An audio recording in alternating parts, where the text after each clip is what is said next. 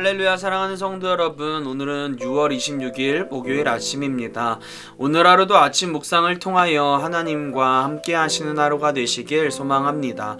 오늘 우리에게 주시는 하나님의 말씀은 역대상 26장 8절의 말씀입니다.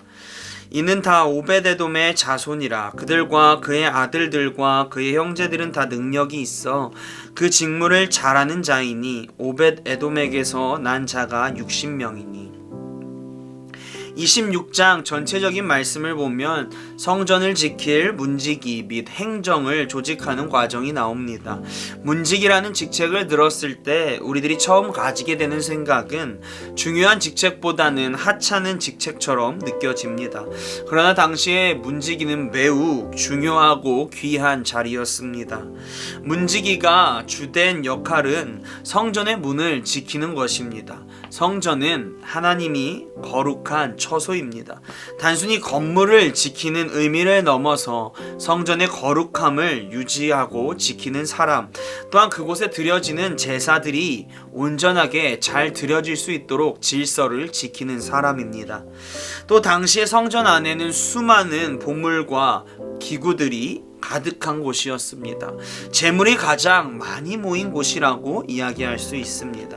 그렇기에 성전의 문을 지킨다는 의미는 영적으로 성전의 거룩함을 지키는 것입니다. 하나님께서 온전히 제사를 받으실 수 있도록, 또 온전히 제사를 드릴 수 있도록 환경을 지키는 의미를 가지고 있습니다. 또 실제적으로는 나라의 재정을 지키는 역할을 하는 매우 귀하고 중요한 역할입니다. 그 귀한 역할을 하는 문지기를 가장 많이 배출한 집안이 바로 오벳에돔의 가정입니다. 오벳에돔의 가문에서 총 62명의 문지기가 배출되었습니다. 또한 배출된 모든 문지기들은 능력이 있고 직무를 수행하는 능력이 매우 뛰어났다고 성경은 기록하고 있습니다. 앞서 말했지만 문지기는 매우 중요한 자리이며 그 자리에 임명받았다라는 것은 매우 큰 복입니다. 그 복을 가장 많이 받은 것이 바로 오벳에돔의 가정이었습니다. 또 이러한 복은 하나님께서 주신 복이라고 5절의 말씀에서 기록하고 있습니다. 그렇다면 우리는 왜 오벳에돔의 가정에 하나님의 복이 임했는지 그 이유를 알면 우리 또한 하나님의 복을 경험하는 귀한 가정과 공동체가 될 수 있습니다. 사무엘하 6장 10절에서 11절의 말씀을 보면 오벳에돔의 가정에 언약궤가 석 달 동안 머물렀다고 기록하고 있습니다. 하루 이틀도 아니고 석 달이라는 시간은 짧은 시간이 아닙니다. 석 달이라고 하는 시간 동안 오벳에돔은 언약궤를 하나님의 말씀에 근거하여 잘 보관했을 것입니다. 하나님의 말씀에 대한 경외함, 믿음이 없이 언약궤를 보면 단순히 돌판에 불과합니다. 그럼 그 돌판을 중요하다고 생각할 수 없습니다. 그러나 오벳에돔은 언약궤를 잘 보관했습니다. 그렇다는 것은 오벳에돔은 하나님의 말씀에 대한 경외함이 있었다는 사실입니다. 하나님의 말씀을 향한 전적인 믿음이 있었다는 사실입니다. 또한 언약궤가 함께할 때 그는 하나님의 임재가 자신의 집에 임하고 함께하심에 대한 확신을 가지고 있었다는 사실입니다.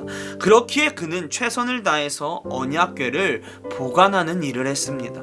이와 같은 믿음으로 언약궤를 보관한 그의 행동으로 인해 그의 가문은 하나님의 복을 누릴 수 있었습니다. 그리고 하나님의 복은 오벳에돔이라고 하는 개인을 넘어 그의 공동체인 가정에도 가문에도 임했습니다. 사랑하는 성도 여러분, 하나님의 복을 누리는 사람이 되고 싶습니까?